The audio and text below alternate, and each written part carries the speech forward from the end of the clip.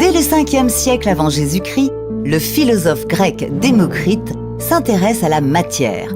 Selon lui, elle est faite d'une brique élémentaire, l'atome, et de vide. Malheureusement, sa théorie se perd pendant plusieurs siècles. Il faut attendre le XVIIIe siècle pour que l'idée d'un découpage de la matière en briques élémentaires soit reprise, mais sans parler d'atomes.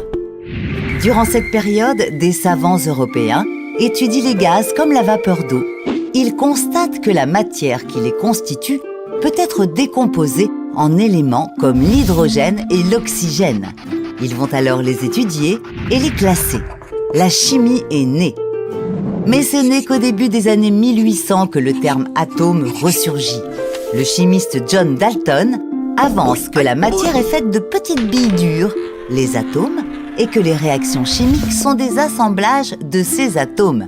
Les scientifiques restent sceptiques jusqu'à ce que des chimistes différencient molécules et atomes dans les années 1860. Ces travaux aboutissent finalement à l'élaboration du tableau périodique des éléments imaginé par le chimiste russe Dmitri Mendeleïev en 1869.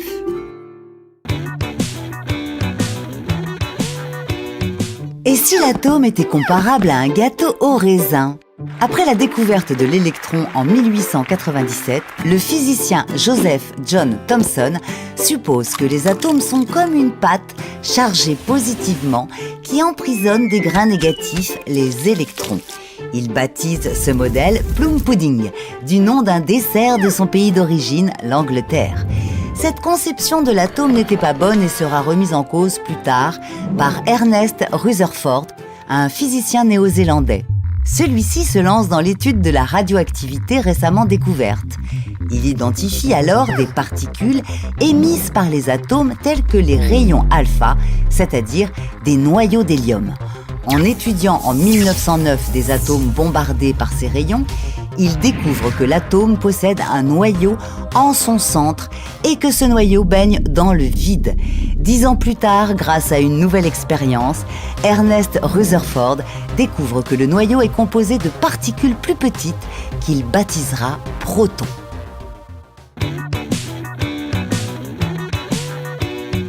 La découverte du noyau ouvre de nouvelles perspectives de recherche pour les physiciens.